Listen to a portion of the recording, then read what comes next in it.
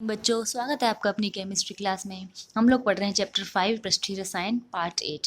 इस पार्ट में हम कोलाइडी विलयनों के शुद्धिकरण और कोलाइडी विलयनों के गुणों के बारे में स्टडी करेंगे। लास्ट वीडियो में हमने देखा था कि कोलाइडी विलयनों को कैसे कैसे बनाया जाता है, उनके निर्माण की कौन कौन सी विधियाँ हैं। अब कोलाइडी विलयन बन गए हैं तो उनका हमें शोधन करना ज़रूरी होता है, क्योंकि जब कोलाइडी विलयन बनाए जाते हैं तो उनमें विद्युत अपघट्य की अनेकों अशुद्धियाँ रह जाती हैं। ठीक है, तो कोलाइडी विलयनों के शुद्धिकरण के लिए हम 3 विधियां काम में लेते हैं: अपोहन, विद्युत अपोहन और सूक्ष्म निस्यंदन। तो एक विधि है अपोहन या डायलिसिस। डायलिसिस में क्या करते हैं हम, ये एनिमल पार्चमेंट या चर्म पत्र या इसको जानतव झिल्ली भी कहते हैं, कि एक झिल्ली लेते हैं, उस झिल्ली के अंदर हमने भर दिया वो सॉल जो अशुद्ध है, अशुद्ध कोलाइडी विलयन को भर दिया है और इसको हमने जल में लटका दिया है। अशुद्ध सॉल को जब हम चर्म पत्र में या जानतव झिल्ली में भरकर जल में लटकाते हैं तो ये जानतव झिल्ली जो होती है अर्धपारगम्य झिल्ली के समान व्यवहार करती है और इसमें से विद्युत अपघट्य के कण तो बाहर निकल जाते हैं, लेकिन चूंकि सोल के कणों का आकार बड़ा होता है 1 nm से 1000 nm के बीच, इसलिए वो बाहर नहीं निकल पाते। तो धीरे धीरे इसमें से सभी अशुद्धियां तो बाहर विसर्जित हो जाती हैं और अंदर की तरफ केवल शुद्ध सॉल रह जाता है। ठीक है, तो अशुद्ध सॉल को चर्मपत्र यानी जानतव झिल्ली में भरकर जल में लटकाते हैं तो कोलाइडी कण चर्मपत्र में से विसरित नहीं हो पाते, लेकिन अशुद्धि या विद्युत अपघट्य विसरित होकर बाहर निकल जाती हैं तथा शुद्ध सॉल चर्मपत्र में ही रह जाता है। इस प्रकार चर्मपत्र द्वारा कोलाइडी विलयनों की अशुद्धियों को विसरण द्वारा दूर करना अपोहन कहलाता है। ठीक है ना, ये अपोहन है। लेकिन ये अपोहन की जो प्रक्रिया है बहुत धीमी है, क्योंकि इसमें विद्युत अपघट्य के जो कण होते हैं वो धीरे धीरे अपनी गति से विसरित होती हैं। लेकिन अगर इस विधि में हम अपोहन के साथ में विद्युत क्षेत्र और लगा दें तो ये प्रक्रिया तीव्र गति से होने लगती है और तब हम इसको विद्युत अपोहन कहते हैं। तो विद्युत अपोहन में क्या किया है हमने, विद्युत क्षेत्र और लगा दिया, यानी कि एनोड और कैथोड लगा दिए हैं। जब एनोड और कैथोड लगते हैं तो इसमें जो विद्युत अपघट्य की अशुद्धियाँ होती हैं उसमें जो धनावेशित अशुद्धियाँ हैं वो तो कैथोड की तरफ तीव्रता से आकर्षित हो जाती हैं और जो ऋणावेशित अशुद्धियाँ होती हैं वो एनोड की तरफ तीव्रता से आकर्षित हो जाती हैं। यानी जो अपोहन की प्रक्रिया है वो तीव्रता से संपन्न होती है, इसीलिए इसको विद्युत अपोहन कहते हैं, यानी कि विद्युत क्षेत्र की उपस्थिति में अपोहन प्रक्रिया। तो देखिए, अपोहन की प्रक्रिया धीमी गति से होती है, अतः अपोहन में यदि कैथोड और एनोड प्रयुक्त किए जाएं तो अशुद्धि यानी कि विद्युत अपघट्य तेजी से इलेक्ट्रोडों की ओर आकर्षित होते हैं और तेजी से जल में विसरित हो जाते हैं, फलतः शीघ्र ही सॉल शुद्ध सॉल प्राप्त हो जाता है। इस प्रकार विद्युत धारा के कारण होने वाले अपोहन को ही हम विद्युत अपोहन कहते हैं। ठीक है, तीसरा तरीका है अपना अति सूक्ष्म निस्यंदन। अति सूक्ष्म निस्यंदन, इस प्रक्रिया में हमें एक विशेष प्रकार की फिल्टर पत्र का काम में लेना पड़ता है। साधारण फिल्टर पत्र जो होता है उसके रंध्र बड़े आकार के होते हैं, अतः उनमें से कोलाइडी कणों विलयनों का निस्यंदन नहीं हो पाता, यानी वो रंध्र इतने बड़े होते हैं कि वो उनमें से कोलाइडी कण भी बाहर निकल जाते हैं। अतः हमें फिल्टर पत्र को कोलोडियन से उपचारित करके उनके रंध्रों का आकार सूक्ष्म करना पड़ता है। अब देखिए, बहुत इंपॉर्टेंट चीज़ है बच्चों, कोलोडियन। कोलोडियन क्या होता है, कोलोडियन होता है सेलुलोज नाइट्रेट का एल्कोहल या ईथर में बना हुआ 4% विलयन। सबसे पहले तो सेलुलोज, यानी कि मुख्य रूप से अपन सेलुलोज का बात करें तो कॉटन की नाइट्रिक एसिड से रिएक्शन करवाते हैं तो सेलुलोज नाइट्रेट बनता है।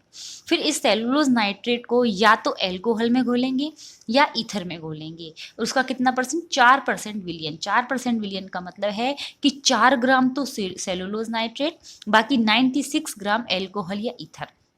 इस प्रकार 4% विलयन बनाते हैं, वो कोलोडियन कहलाता है। इस कोलोडियन में हम फिल्टर पत्र को डुबो कर रखते हैं, उपचारित करते हैं। फिल्टर पत्र में जब इसको डुबो कर रखते हैं तो सेलुलोज नाइट्रेट जो है उसके रंध्रों पर जमा हो जाता है। मतलब क्या हुआ इसका, कि यदि ये फिल्टर पेपर है ना, इस फिल्टर पेपर में कणों का आकार ये रंध्रों का आकार है और ये रंध्रों का आकार इतना बड़ा है कि इसमें कोलाइडी कण आसानी से विसरित हो जाते हैं। तो जब हम इसको कोलोडियन से उपचारित करते हैं तो ये जो रंध्र होते हैं इन रंध्रों में कोलोडियन जमा हो जाता है इस तरह से, और जब इनमें कोलोडियन जमा हो जाएगा तो इन रंध्रों का आकार छोटा हो जाएगा, इतना छोटा कि इनमें से अब कोलाइडी कण निकल नहीं सकते। ठीक है ना, तो इस तरह से जब उपचारित करते हैं तो उपचारित करने पर इनके रंध्रों का आकार छोटा हो जाता है फिर हम निर्वात पंप की सहायता से अशुद्ध सॉल का सूक्ष्म निस्यंदन कर लेते हैं। ठीक है ना, निर्वात पंप की सहायता से इसको खींचा जाता है, खींचने से इसकी जो प्रक्रिया होती है वो तीव्र गति से संपन्न हो जाती है। तो इस तरीके से हम 3 तरीके से कोलाइडी विलयन का शुद्धिकरण कर सकते हैं। पहला था अपोहन, दूसरा है विद्युत अपोहन और तीसरा है अति सूक्ष्म निस्यंदन। अब हम कोलाइडी विलयनों के गुणों की स्टडी करेंगे। कोलाइडी विलयनों के गुण, सबसे पहला गुण है विषमांगी प्रकृति। हम जानते हैं कि कोलाइडी विलयन जो होते हैं उनमें 2 प्रावस्थाएं पाई जाती हैं, डीएम यानी कि परिक्षेपण माध्यम और डीपी यानी कि परिक्षिप्त प्रावस्था। तो कोलाइडी विलयन में इन 2 प्रकार की अवस्थाओं के पाए जाने के कारण इसकी प्रकृति विषमांगी होती है। दूसरा, अधिशोषण की क्षमता। कोलाइडी विलयनों की अधिशोषण क्षमता वास्तविक विलीनों और निलंबन से बहुत अधिक होती है। इसका कारण होता है इनका सतही क्षेत्रफल। इनका सतही यानी कि जो पृष्ठीय क्षेत्रफल होता है, पृष्ठीय क्षेत्रफल इनका विलयनों और निलंबनों से बहुत अधिक होता है और बहुत ज़्यादा सतही क्षेत्रफल या पृष्ठीय क्षेत्रफल होने के कारण ही इनकी अधिशोषण की क्षमता बहुत अधिक होती है और अधिशोषक बहुत अच्छे होते हैं, इसीलिए ये बहुत प्रभावशाली उत्प्रेरक भी होते हैं। ये हम ये कह सकते हैं कि उत्प्रेरकों को हमेशा कोलाइडी आकार में ही प्रयुक्त किया जाता है, क्योंकि उस स्थिति में उनकी पृष्ठीय क्षेत्रफल ज़्यादा होने के कारण और अधिशोषण क्षमता ज़्यादा होने के कारण जो क्रियाशीलता होती है वो भी बहुत अधिक होती है। ठीक है, अगला इनका गुण है रंग। रंगों की विशेषता यहाँ ये है कि कोलाइडी विलयनों में अगर परिक्षिप्त प्रावस्था यानी डीपी का आकार बदल जाए, आकार बदलने का मतलब है तो 1 nm से 1000 nm के बीच ही, लेकिन उसमें भी अगर आकार परिवर्तन हो जाता है तो उस कण के द्वारा जो प्रकीर्णित तरंग दैर्ध्य है, जिसका परावर्तन हो रहा था, उसका रंग बदल जाता है या तरंग दैर्ध्य का मान बदल जाता है और तरंग दैर्ध्य का मान बदलता है तो रंग में परिवर्तन हो जाता है। जैसे सिल्वर सॉल में अगर एजी कणों का आकार 60 nm है तब तो सॉल का रंग होता है पीला नारंगी, लेकिन अगर सिल्वर सॉल के कण थोड़े बड़े हो गए यानी कि 90 nm के आसपास उनका साइज हो गया तो उसका सॉल का रंग हो जाता है लाल नारंगी। ठीक है, ये विशेषता केवल कोलाइडी कणों में ही पाई जाती है कि परिक्षिप्त प्रावस्था का रंग आकार बदलता है तो उसका रंग भी परिवर्तित हो जाता है। अगला गुण है अवसादन। अवसादन का मतलब होता है सेंट्रीफ्यूगेशन की वजह से सेडिमेंटेशन हो जाना यानी कि नीचे बैठ जाना।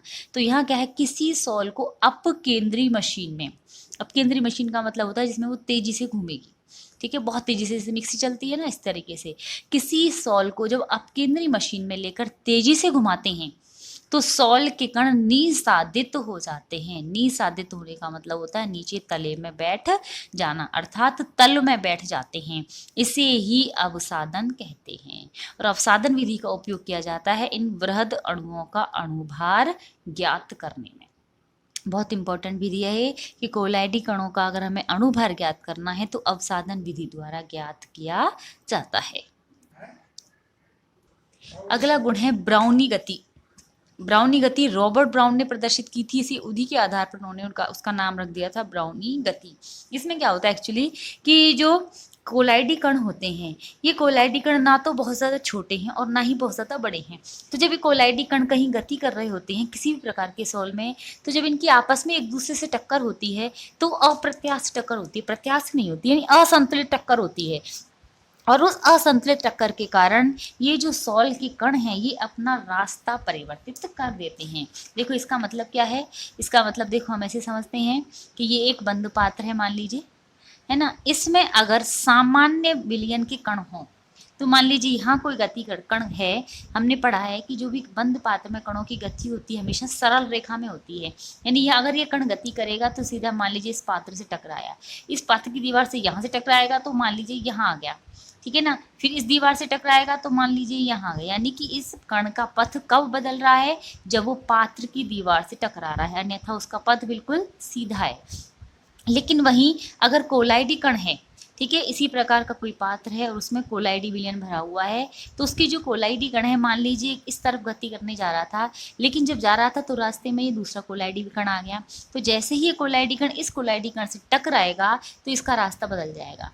जबकि ऐसा नहीं था कि यहाँ पर भी इस कण के यहाँ तक पहुँचने के बीच में कोई कण नहीं था, यहाँ पर भी अनेक कण थे, लेकिन ये जो कण हैं ये इतने छोटे थे, सामान्य कण 1 nm से छोटे होने के कारण कि इनके कारण जो टक्कर हुई उस टक्कर का इनकी दिशा पर कोई प्रभाव नहीं पड़ा। ठीक है, इसीलिए यहाँ ये सीधी रेखा में गति हुई। लेकिन यहाँ जब कोलाइडी कण आपस में टकराते हैं तो ये मान लीजिए ये रास्ता बदला, यहाँ पर फिर इसको कोलाइडी कण मिल गया। इस कोलाइडी कण के कारण हो सकता है ये रास्ता यहाँ बदल जाए, फिर हो सकता है कोई नया कोलाइडी कण मिल जाए, उसके कारण रास्ता ऐसे परिवर्तित हो जाए, फिर कोई मिल जाए तो हो सकता है रास्ता ऐसे बदल जाए, फिर इस तरीके से, यानी किसी भी दिशा में जिगजैग मोशन हो सकता है। और हो सकता है अब ये पात्र की दीवार से टकराए। तो यहाँ हमने देखा था कि पात्र की दीवार से जो टकरा था तो सरल रेखा में गति कर रहा था, लेकिन यहाँ पर जब ये यहाँ से शुरू हुआ तो और पात्र की दीवार पर टकराया तब तक इसने अनेक प्रकार की टेढ़ी मेढ़ी गति की। इस टेढ़ी मेढ़ी यानी कि जिगजैग मोशन में जो गति होती है, इस गति को ही हम ब्राउनियन गति कहते हैं। ठीक है ना। तो देखिए, रॉबर्ट ब्राउन ने अति सूक्ष्मदर्शी में अवलोकन करके बताया कि कोलाइडी विलयन में कण निरंतर अनियमित टेढ़ी मेढ़ी रेखा में गति करते हैं। ठीक है, ये अनियमित होती है क्योंकि दिशा निश्चित नहीं है, न ही ऐसा है कि नियमित समय के अंतराल के बाद इसकी दिशा परिवर्तित होगी। ठीक है, तो कोलाइडी विलयन में कोलाइडी कण निरंतर अनियमित टेढ़ी मेढ़ी रेखा में गति करते हैं। ठीक है ना, ये भी एक वर्ड जरूरी है। इस गति को ही ब्राउनी गति कहते हैं। इसका कारण क्या है? ब्राउनी गति का कारण परिक्षेपण माध्यम में गतिशील अणुओं की कोलाइडी कणों पर लगातार होने वाली असंतुलित टक्करें हैं। ठीक है ना, असंतुलित टक्कर के कारण ही दिशा परिवर्तित हो जाती है। ठीक है ना, तो इसे ही हम ब्राउनी गति कहते हैं। अगला गुण है टिंडल प्रभाव। टिंडल प्रभाव क्या होता है कि हमने देखा है कि कई बार अंधेरे कमरे में अंधेरा है लेकिन किसी खिड़की में से कोई रोशनी आ रही है ना, चाहे वो सूर्य का प्रकाश आ रहा है, तो सूर्य की प्रकाश जिस खिड़की से आ रहा है उससे जब कमरे में अंदर आता है तो कमरे में जो वो जिस रास्ते से आ रहा होता है वो रास्ता हमें चमकता हुआ दिखाई देता है, और उस रास्ते में हमें जो धूल के कण होते हैं वो भी उड़ते हुए और चमकते हुए नजर आते हैं। ठीक है ना, जो कि पूरे कमरे में धूल के कण जो होते हैं वो हमें दिखाई नहीं देती। तो इस प्रकार जो धूल के कण थे, हवा में थे, वो कोलाइडी आकार के थे, और उन कोलाइडी आकार के कणों पर जब सूर्य का प्रकाश पड़ा तो उन कोलाइडी आकार के कणों ने सूर्य के प्रकाश को प्रकीर्णित कर दिया, और उस प्रकीर्णन के कारण वो खुद चमकने लगे, और उनके चमकने के कारण ही जो सूर्य के प्रकाश का रास्ता था, जो पथ था, वो हमें दिखाई देने लगा। ठीक है ना, तो जब कोलाइडी विलयन में से प्रकाश पुंज गुजारा जाता है, जैसे मैंने कहा था सूर्य का प्रकाश आ रहा था, तो कोलाइडी कण प्रकाश का प्रकीर्णन करके चमकने लगते हैं, जिससे प्रकाश का मार्ग कोलाइडी विलयन में दिखाई देने लगता है। इसे ही टिंडल प्रभाव कहते हैं। समझ में आ गया? जैसे अंधेरे कमरे में प्रकाश पुंज का पथ हमें दिखाई देता है, और इसको जब हम समान लंबवत रूप से देखते हैं, 90 डिग्री कोण से देखते हैं, तो वो हमें एक शंकु के समान दिखाई देता है, जिसे हम टिंडल शंकु कहते हैं। देखिए, ये टिंडल शंकु है, इधर से हम स्रोत डाल रहे हैं, प्रकाश स्रोत है, ये कोलाइडी विलयन भरा हुआ है। इसको जब हम यहाँ से ऊपर से इस तरीके से देखेंगे तो ऊपर से देखने पर ही हमें इस तरीके से ये जो चमकता हुआ पार्ट होगा वो ये वाला होगा, ये कोन के रूप में दिखाई देता है। इन कोनों को हम टिंडल कोन या टिंडल शंकु कहते हैं। ठीक है, इसकी उदाहरण देखते हैं हम। देखिए, किसी अंधेरे कमरे में किसी छिद्र या खिड़की से आते हुए सूर्य के प्रकाश के मार्ग में उपस्थित धूल के कोलाइडी कण टिंडल प्रभाव के कारण ही चमकने लगते हैं, फलस्वरूप प्रकाश का मार्ग भी दिखाई देने लगता है। इसी प्रकार किसी सिनेमा हॉल में जब प्रोजेक्टर द्वारा स्क्रीन पर प्रकाश डाला जाता है तो प्रकाश के पथ में उपस्थित धूल के कणों का दिखाई देना भी टिंडल प्रभाव का सर्वोत्तम उदाहरण है। क्वेश्चन इसका कई बार ऐसे भी बनता है कि अंधेरे कमरे में आते ही सूर्य के प्रकाश में धूल के कण चमकते हुए क्यों दिखाई देते हैं, या कहीं भी अंधेरे कमरे में या अंधेरे या जंगलों में, घने जंगलों में सूर्य के प्रकाश का पथ हमें दिखाई क्यों देता है। ये सभी उसी के टिंडल प्रभाव के ही उदाहरण हैं। अब बात करते हैं आवेश की। हम जानते हैं पर क्लासिफिकेशन पे किया था हमने कि आवेश के आधार पर कोलाइडी विलयन 2 प्रकार के होते हैं, धनावेशित और ऋणावेशित। ठीक है ना, तो धनावेशित और ऋणावेशित होने के कुछ उदाहरण वापस रिवाइज करते हैं। धनावेशित सॉल्ट जैसे सभी धातु हाइड्रोक्साइडों के ज्यादातर सॉल्ट धनावेशित होते हैं, या जलयोजित धातु ऑक्साइडों की। जलयोजित धातु ऑक्साइड का मतलब क्या हुआ, जैसे Al2O3.3H2O, ये जलयोजित ऑक्साइड है। ठीक है, इसी तरीके से Fe2O3 XH2O, ये भी जलयोजित ऑक्साइड है, धातु ऑक्साइड है। ये सभी धनावेशित सॉल्ट बनाते हैं। या हीमोग्लोबिन जो रक्त में पाया जाता है, ये भी धनावेशित सॉल्ट है। ठीक है। क्षारकीय रंजक, क्षारकीय रंजक यानी क्षारीय प्रकृति के जो रंजक होते हैं वो भी धनावेशित सॉलों का निर्माण करते हैं, जैसे मिथाइलिन ब्लू, बिस्मार्क ब्राउन आदि। ठीक है। ऋणावेशित सॉल्ट, जितने भी धातुओं के सॉल्ट बनते हैं Ag, Au, Pt, Pd, Cu आदि, इन सभी धातुओं के सॉल्ट हमेशा ऋणावेशित होते हैं। इसके अलावा धातु सल्फाइडों के सॉल्ट भी ऋणावेशित होते हैं, जैसे As2S3 आर्सेनिक सल्फाइड का सॉल्ट ऋणावेशित होता है। क्षारीय रंजक धनावेशित थे, लेकिन अम्लीय रंजक फिर ऋणावेशित होंगे, जैसे कॉन्गो रेड, इयोसिन सॉल्ट आदि। इसके अलावा जल की अशुद्धियाँ ऋणावेशित होती हैं। स्टार्च का सॉल्ट ऋणावेशित होता है। गोंद या अरेबिक गोंद भी कहते हैं इसको, ये भी हमेशा ऋणावेशित सॉल्ट बनाता है। जिलेटिन, जो कई जगह हमें स्थायी कारक के रूप में भी प्रयुक्त करनी पड़ेगी, ये भी हमेशा ऋणावेशित सॉल्ट बनाती है। चारकोल, ठीक है, चारकोल हमेशा ऋणावेशित सॉल्ट बनाता है। लेटेक्स यानी रबड़ का हिस्सा जो होता है, सैलिसिलिक अम्ल यानी अम्लीय पदार्थ जो भी हैं वो सभी ऋणावेशित सॉल्ट का निर्माण करते हैं। ठीक है। अब हमें ये देखना है कि आवेशित सॉल्ट तो समझ में आ गया, लेकिन आवेश आया कहाँ से। ठीक है ना। तो आवेश आने के देखो मुख्य रूप से 3 कारण मानते हैं हम, जिनमें 2 ही मुख्य हैं। सबसे पहला कारण जो हमने पहले भी देखा था, घर्षण के कारण।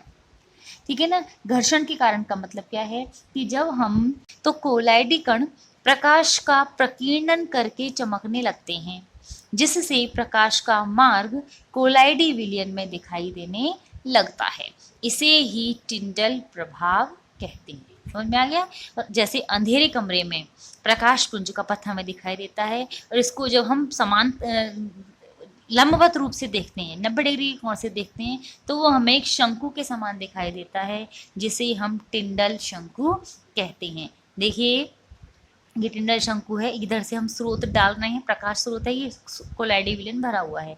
इसको जब हम यहाँ से ऊपर से इस तरीके से देखेंगे, तो ऊपर से देखने पर ही हमें इस तरीके से ये जो चमकता हुआ पार्ट होगा वो ये वाला होगा, ये कोन के रूप में दिखाई देता है। इन कोनों को हम टिंडल कोन या टिंडल शंकु कहते हैं। ठीक है। इसके उदाहरण देखते हैं हम। देखिए, किसी अंधेरे कमरे में किसी छिद्र या खिड़की से आते हुए सूर्य के प्रकाश के मार्ग में उपस्थित धूल के कोलाइडी कण टिंडल प्रभाव के कारण ही चमकने लगते हैं। फलस्वरूप प्रकाश का मार्ग भी दिखाई देने लगता है। इसी प्रकार किसी सिनेमा हॉल में जब प्रोजेक्टर द्वारा स्क्रीन पर प्रकाश डाला जाता है, तो प्रकाश के पथ में उपस्थित धूल के कणों का दिखाई देना भी टिंडल प्रभाव का सर्वोत्तम उदाहरण है। क्वेश्चन इसका कई बार ऐसे भी बनता है कि अंधेरे कमरे में आते ही सूर्य के प्रकाश में धूल के कण चमकते हुए क्यों दिखाई देते हैं, या कहीं भी अंधेरे कमरे में या अंधेरे या जंगलों में, घने जंगलों में सूर्य के प्रकाश का पथ हमें दिखाई क्यों देता है। ये सभी उसी के टिंडल प्रभाव के ही उदाहरण हैं। अब बात करते हैं आवेश की।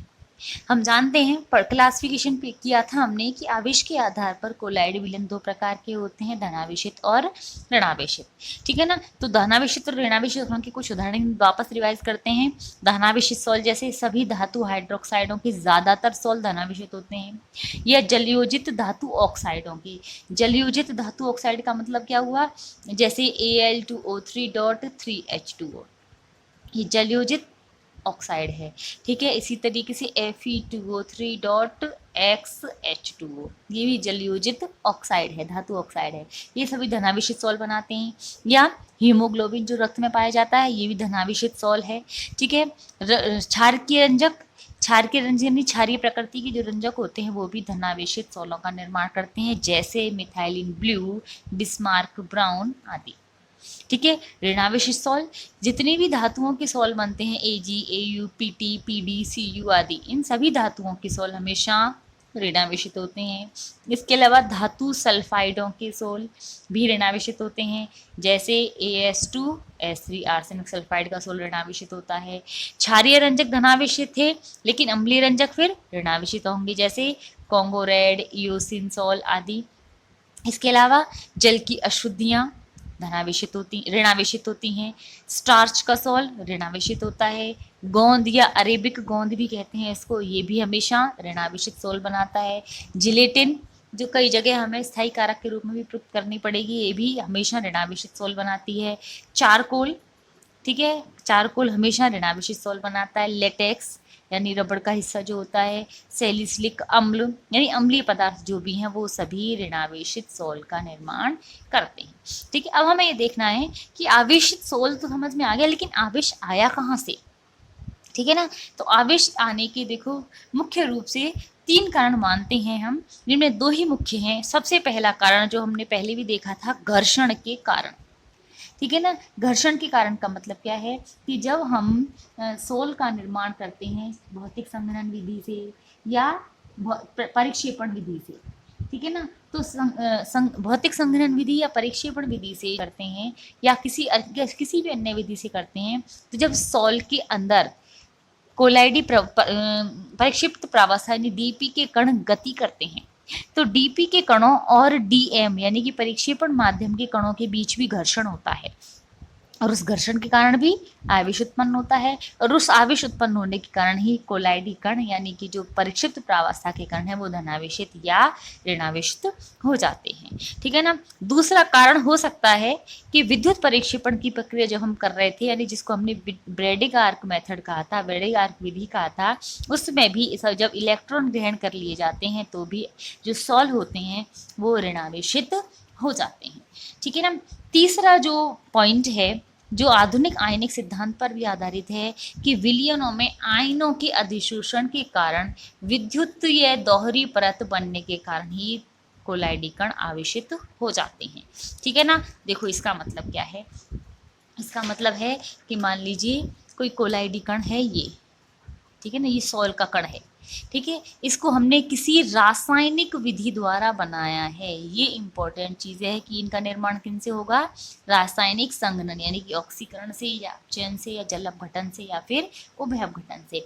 तो जब इस सोल को हमने मान लीजिए हमने ए और बी 2 प्रकार के पदार्थों को मिलाकर सी सोल बनाया, तो जब ए और बी मिलकर आपस में सी सोल बना रहे हैं तो इनमें से कोई ना एक अवयव हमें आधिक्य में लेना होता है। तो जब जो कण आधिक्य में होगा, इसके जो आधिक्य वाला है उसका और सोल में जो कोई एक आयन कॉमन है, उस कॉमन आयन का इस सोल के चारों ओर अवक्षेपण हो जाता है या अधिशोषण हो जाता है।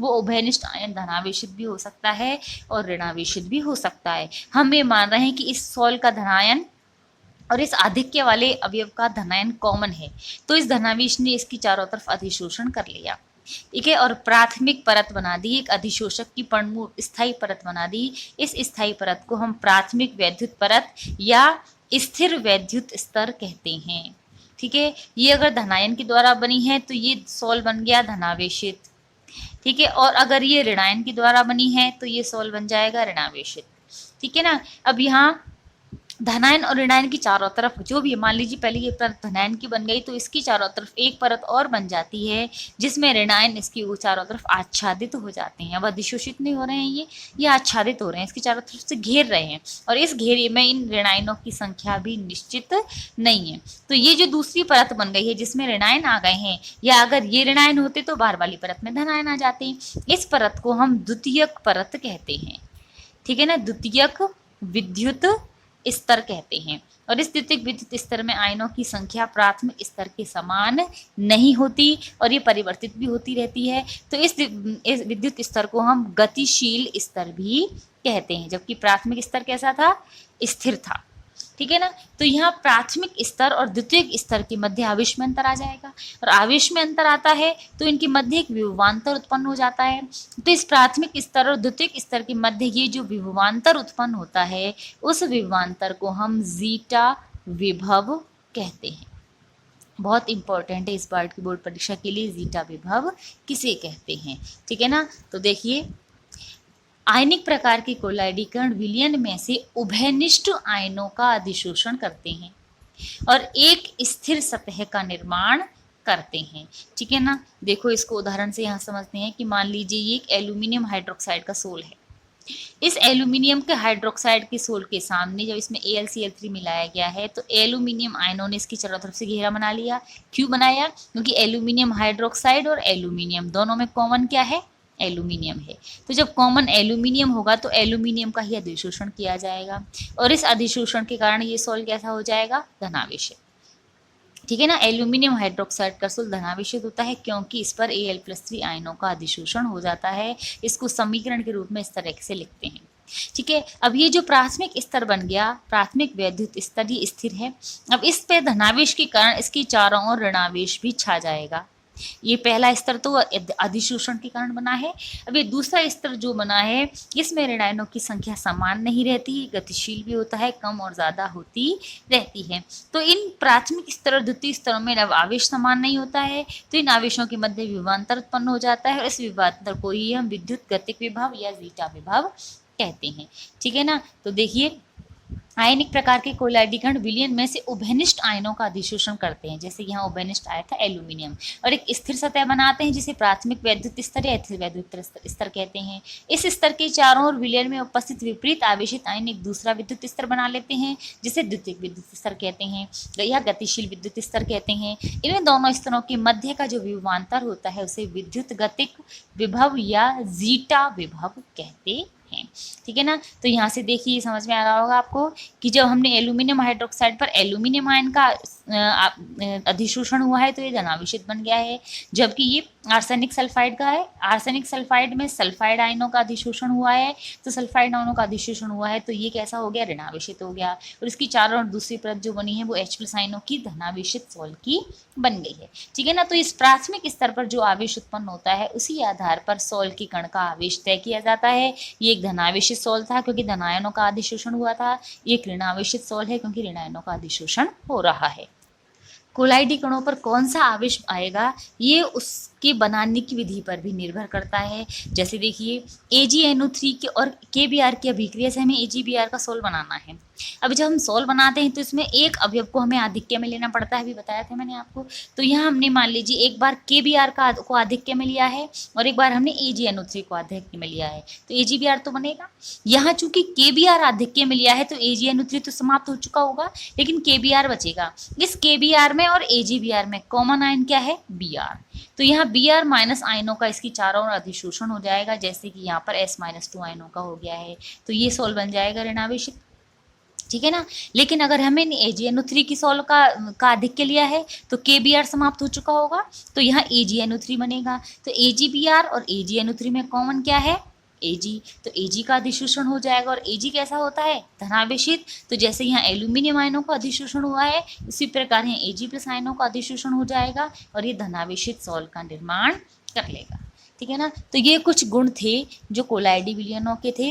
मुझे लगता है यहाँ तक के गुण आपको समझ में आ गए होंगे, बाकी गुणों का अध्ययन हम अगले वीडियो में करेंगे।